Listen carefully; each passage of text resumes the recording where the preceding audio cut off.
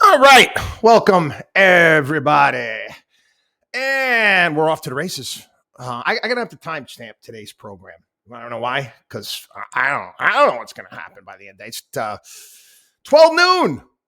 12 noon. And man, oh man, what we were down like 650, 670 points near the open today. It was on JP Morgan earnings, Morgan Stanley earnings that missed. Okay, computers see that, algorithms take off. Anybody listen to the conference call from these companies? Anybody? Bueller, anyone at all? Yeah, I did. And man, oh man, these are some well-run businesses. These are some, well-run businesses. Jamie Dimon's basically, okay, we're going to hold back on some stock buybacks. And again, this is due to regulations going back to Dodd-Frank, just in case we're going to put some money aside, just in case things go sour. Things are not going sour now. Consumer strong. Everything's okay. Just in case we get some loan losses out there, we're going to be there to cover it. Now, last year, they took money out of their reserve and actually, pushed it into their earnings, which pumped up the stock. The thing is, what have I got a PE of around 8 now? PE of around 8. What's its yield? About 4%? Maybe a little bit higher? Yeah. Question, anybody out there? Do you think JP Morgan will be substantially higher within the next 3-5 years? You tell me. Need to think about these things. You really do. I mean, you look at this. Their earnings fell 28%. One of the reasons why they built up reserves for bad loans by $428 million. They're just being cautious. And basically, Jamie Dimon put it out there. He's like, there's a myriad of different things that can happen. There's a lot of uncertainty out there. And again, that's just what's driving people's decision making. They don't know what's around the corner. And it makes it difficult. And I thought about it a little bit. It kind of, for some reason, there was these books that I used to love when I was a kid. They were called Choose Your Own Adventure. And it was like an adventure book. And you'd read along and you had a choice to make for your character in the book. And if you choose this, go to this page. If you choose this, go to this page. And that's what we're looking at right now. So choose your own adventure when it comes to the economy. And you get all these people out there giving you their reasons for why it's going to be a soft landing, why it's going to be a hard landing, why we're going to be in a recession next year, why we might be in a recession now. Choose your own adventure. But the reality of the situation is this. Where are you going to be 5 years, 10 years, 15, 20? Markets like this. First and foremost, because I get a lot of emails, a lot of questions, and I get them from traders too. I get them from traders. I get them from trader groups that are out there asking me about the markets. They're amateur. They're amateur traders is what they are. And in my experiences, some of the good ones out there, some of the good amateur traders spend a lot of time trading, and they basically see what an index fund does at best during a good year. So to me, I'm always like, what's the point? But anyway, neither here nor there. When you have days and periods of time like this, especially for the amateurs, you're just guessing. You're playing roulette. Okay? You're playing roulette. For this short-term traders, there's things that you can do in your portfolio with options and writing covered calls and all sorts of stuff where you can help out your returns. And again, you're hedging yourself. That's different. But the short-term traders, you know what's going to happen?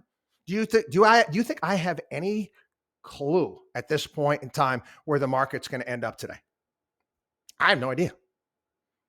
They could be up for all I know. It was down like 300 something points. Now was down almost 700 points. I don't know. Is this trading or is this investing? Is this computers? Is this what's going on at this point in time? I don't know. Buy program can come on. Sell program could go on. I don't know. So I don't do anything with money that's based upon that because I don't know. What I do know is, what type of companies do I own? What are the fundamentals? Are they on sale? Whatever it may be. And then say where they're going to be 5, 10, 15 years down the road. That's the key. Another thing I kind of pride myself on here is being brutally honest. And again, this is also with new clients, people that are coming on board. I'm going to give you a scenario. Okay, I'm going to give you a scenario. New client down this year significantly from where they were.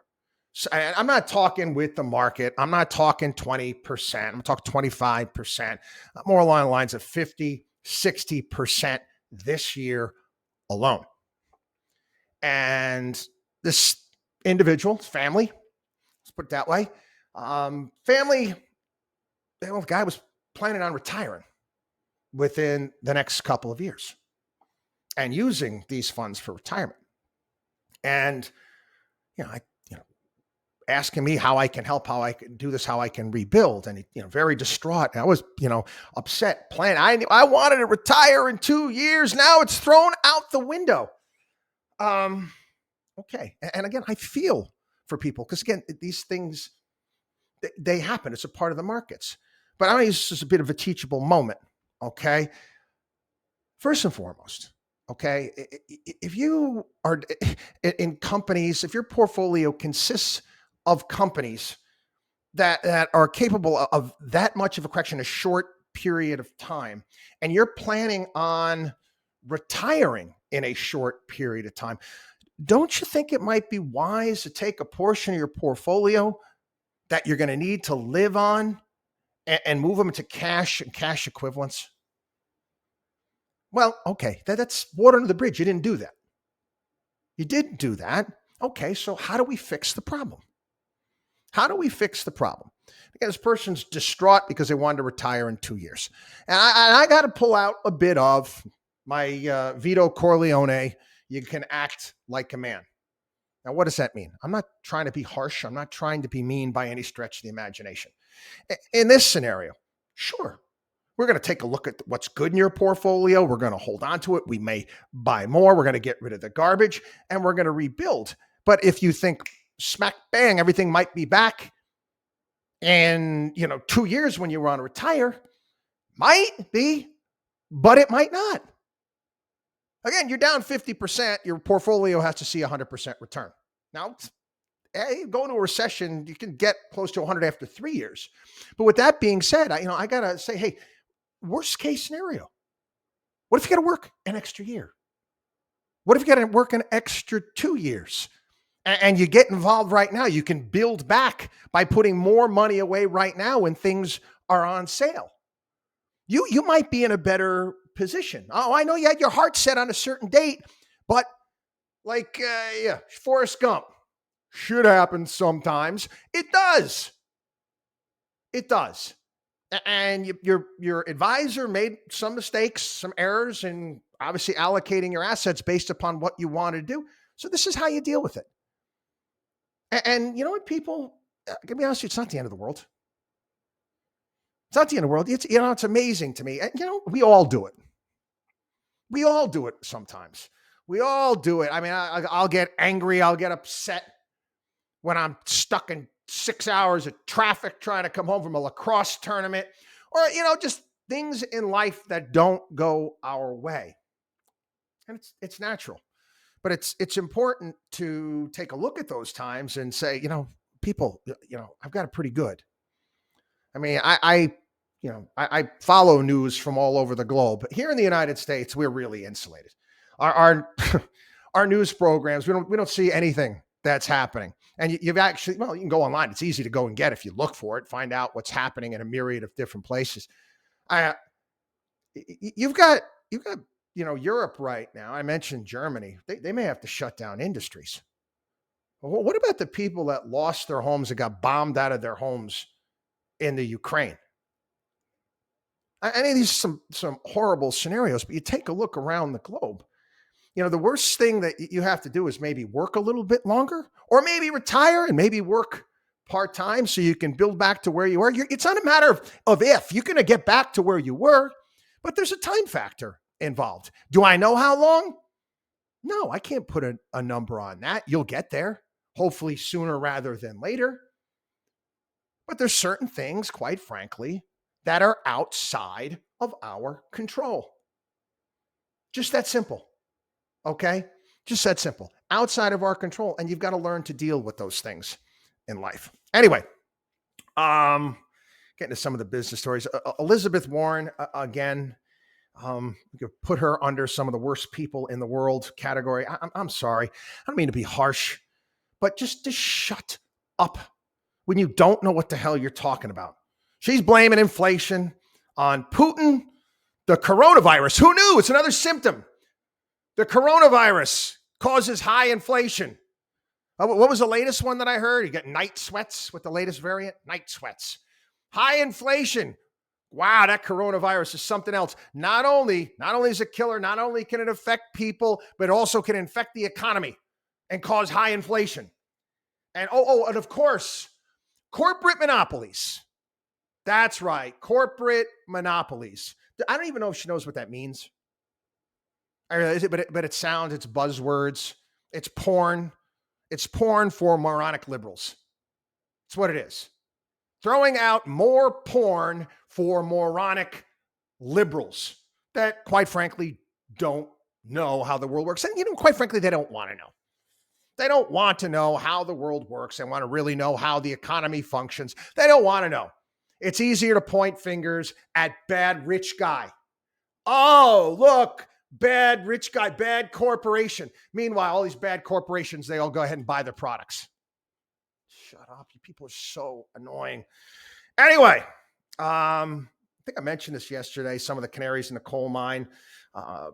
Car repos starting to increase. New job openings dropping in 47 states. We've got Google. It's going to slow hiring.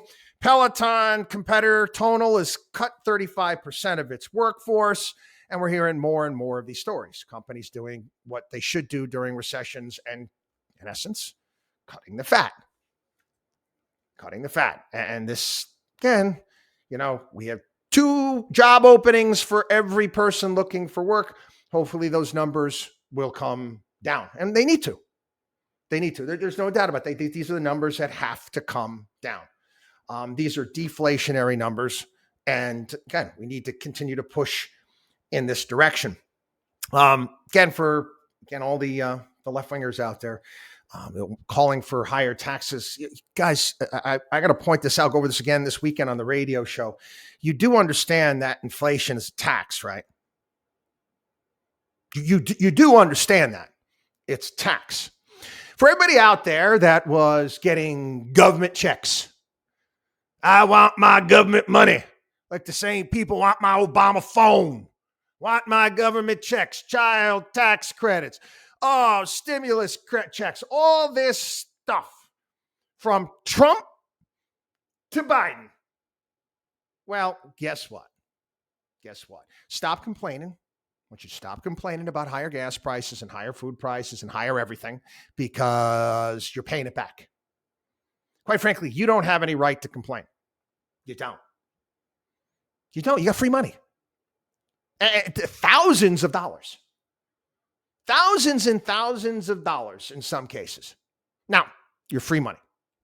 I didn't get any free money. And guess what? I'm paying. So it's kind of like I'm paying a restaurant bill and I didn't have anything to eat. It is what it is. Biden prediction that inflation hit peak in December, coming back to haunt him. Is it really coming back to haunt him? It's like a ghost. Ooh. No one holds him accountable for this stuff. Really? Do you think the media is gonna bring this up? All right, the Fox News. It was on Fox Business. Okay.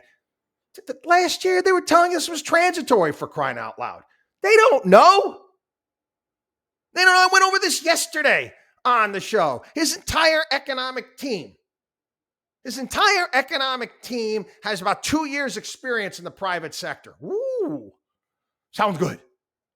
Sounds good. Oh, we got all these super smart people from these Ivy League schools with their economics and business degrees. You don't know shit. You don't know shit. Okay, let me put it to you this way. Let's pretend I go to college. I go to college to major in basketball. That's right. I major in basketball. And all I do is read books on basketball, reading all these books, a proper way, take a jump shot, all of these different things. After I graduate with my degree in basketball, do you think I'm ready for the NBA? I took all this information and did I apply it? Did I put it into practice to see how it would work? No. No, it's the same thing. You know, all these people that think that they're smart, but they don't know crap. Again, it's my, if I was to I'd love to do it, but you never get them to agree to it because they know that they don't know. You reboot The Apprentice. Donald Trump reboots The Apprentice. This is keeping Donald from running from office. Okay. This would be a big hit. You'd have to get people to agree to it. And you get all these Nobel Prize winning economists and all these political experts and pundits, and you put them on The Apprentice and you give them some money, the new apprentice, and see if they can do anything with it. See if they can build anything or create anything. Good luck with that. Speaking of Trump, let me tell you something about Trump and covering Trump here on the program, and debate to some degree. One of the reasons why I'm not a fan of Donald Trump. Not a fan of the guy. I think he's a jerk. I do. I think the guy is an absolute jerk. However, I was a fan of many of his policies. That's why I chose to vote for him twice. I freely admit he wasn't my choice. Wasn't my choice in the Republican nominating process. I'm a libertarian guy. I was a Rand Paul guy. This guy I wanted. But again, I was offered up this choice. And again, I want to remind everybody, it was a great episode of South Park.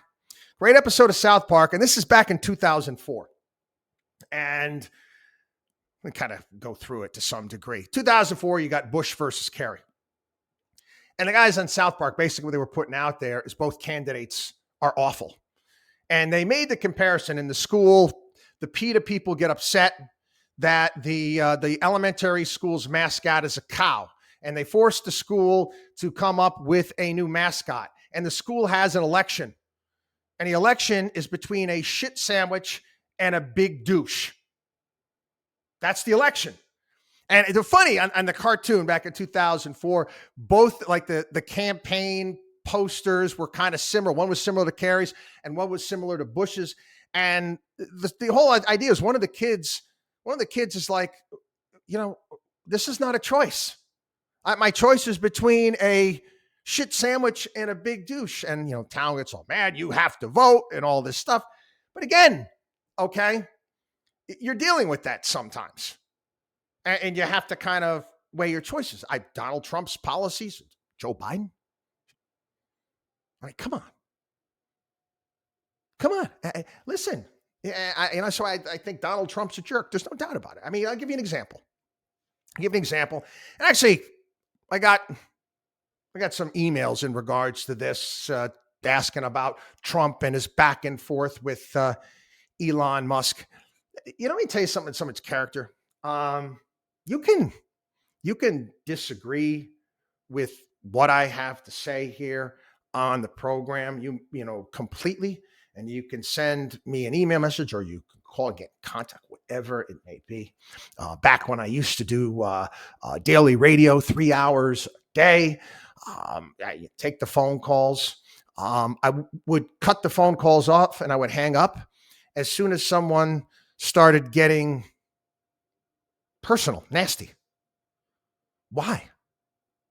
Well, you're going to debate like a kid on a playground and you're like in kindergarten and first grade, I'm not going to waste my time on you. And that's the thing I can't stand about Donald Trump. You can come back and you could destroy people if you use logic and reason. Be Socratic in your methods. Learn how to debate.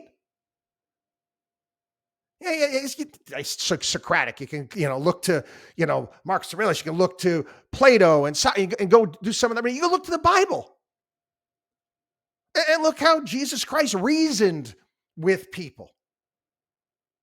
You can be reasonable. You don't have to be nasty. And if someone chooses to be nasty with you, thank you, but this conversation's going nowhere because you've gone there. It makes no point. I said you never argue with idiots because they bring you down to their level. And that's the thing with Trump. I mean, why would you do that with Musk? You disagree with him? You've got to get into the dirt. You got to roll around in the mud and be nasty? Because it gets some of your super Trumpsters horny. It's porn for them. Yes, the funny thing is, and again, like I said, debate me on this. Tell me, what is the difference between the far left wingers that don't like to use reason or debate and the far right people that don't like to use reason and debate? As I said, it's circular, people. Politics, it's circular. And it's not linear, it's circular. Both whack jobs at the end. And both those whack jobs are incapable of any sort of debate or reason or compromise. Anyway, that's my thought on the whole thing. I can wait for the email box to fill up. I don't even know at this point in time. I would have thought that most of the super Trumpsters would have tried to kill me off with a voodoo doll, and they wouldn't be listening to the podcast. But they still do. That being said, if it was Trump and Biden again, would I have to freaking hold my nose and vote for Trump? Yeah, I have to do it. I have to do it. I'm being honest, and I'm sorry, you people left. Have you ever seen anything fall apart so quickly? Have you ever seen such incompetence? I haven't seen this incompetence in my entire life. Bring back Jimmy Carter. Jimmy Carter. It was much better than Joe Biden. Joe Biden is completely without clue. And the other thing about Jimmy Carter, he was a good man. He was a good man. Disagree with his policies, whatever it may be. Joe Biden, yeah, not so much. Crypto lender, Celsius files for bankruptcy. Okay, here's another one of those act like a man moments. And I don't mean, I'm trying to preface. I don't mean to sound harsh to anyone, but fear and greed set the trap. It does. Investment cons. Okay. The world's second oldest profession, get rich quick conners, and greed and fear work. You have a company telling you that you're going to see over 18% return by just parking your cryptocurrencies on their platform. Did it ever occur to you to ask the question how or why? And do me a favor. Don't tell me they probably had a statement. Well, we lend it out to hedge fund. We do this, that you actually understood how it was possible.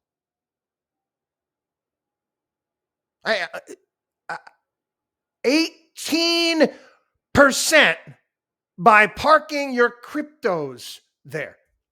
What the hell was the name of that guy? I'll think of it in a second. Stanford. It was an Alan Stanford who had the CDs back to late 1990, early 2000s. It was a Bank of Antigua, and they were promising I had 8, 12. I forget what it was. Wasn't even close to 18%. That guy went to jail. It was a scam, and it was an obvious scam. And he got tons of people to believe it. How? How? You can't ask that question? 18%. And it's gone. And it's gone. And you're not going to get it back. You're not going to get it back. As I said, you don't like what I have to say, but I'm dealing in reality. Okay. Maybe pennies on the dollar, and that'll be years down the road.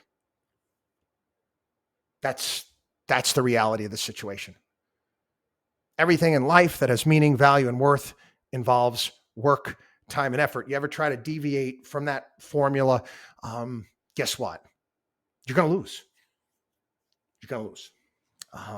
One more quick story today. This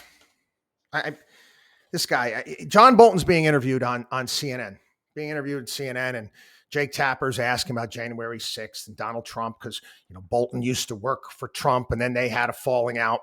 Like, 95% of Trump's hires, they had some sort of nasty falling out. How could that be? Again, it's all you super Trumpsters out there. Either Donald Trump is the worst human resources president of all times based upon his hires, or there's something amiss here. Okay. But anyway, neither here nor there. And I'm not a fan of John Bolton by any stretch of the imagination. I met him at the Republican National Convention back in 2008 in Tampa. Again, I was questioning him about the United Nations and the reason for it to be around. He had this weird grin on his face. He comes out and tells Jake Tapper that no, Donald Trump, but this was not a coup d'etat. Not a coup d'etat. This was just Donald Trump looking out and putting Donald Trump first. And Jake Tapper says, well, wait a second. All due respect, coup d'etats can be easy to engineer. And Bolton steps in. The ego. He could, this reminded me of, you ever see A Few Good Men? Few Good Men, when, Tom Cruise kind of figures out, he's doing with Colonel Jessup, Jack Nicholson. What a great movie. That he figures out that Jack Nicholson wants to tell people that he ordered the code red. It was like Bolton wanted to say in that interview, I've orchestrated coup d'etats. And he did. He said, I've done this before, and it's not easy. And kind of in particular talking about Venezuela, which just a couple of years ago when they tried to get Maduro, where that screwed up, not to mention other ones that we've been involved with. Then he comes out and he defends it, and he calls anybody who's questioning him a snowflake. Hey, blank you, Bolton. I'm not a snowflake, but I most certainly don't think that the United States should be engineering coup d'etats in any country. How'd that work out in Iran? Huh? How'd that work out? Oh, yeah, that's worked out great. Great foreign policy achievement. And he's like, you don't know what it takes to work against America's adversaries. What? Some of the crap that he came up with over the years. Bolton was behind. I remember for a while the State Department pushed back, and then he tried to get the guy from the State Department fired. He was claiming that Fidel Castro had a biological weapons program. He was one of the guys behind the yellow cake scam under George W. Bush. This guy's friggin' evil, for crying out loud. Evil. Oh, I'm proud of engineering coup d'etats on the part of the United States of America. You know what? That's the problem with this country. We just got to keep our nose out of these things. Anyway, God bless everybody. Have a wonderful day. Watchdog on wallstreet.com. We'll see you.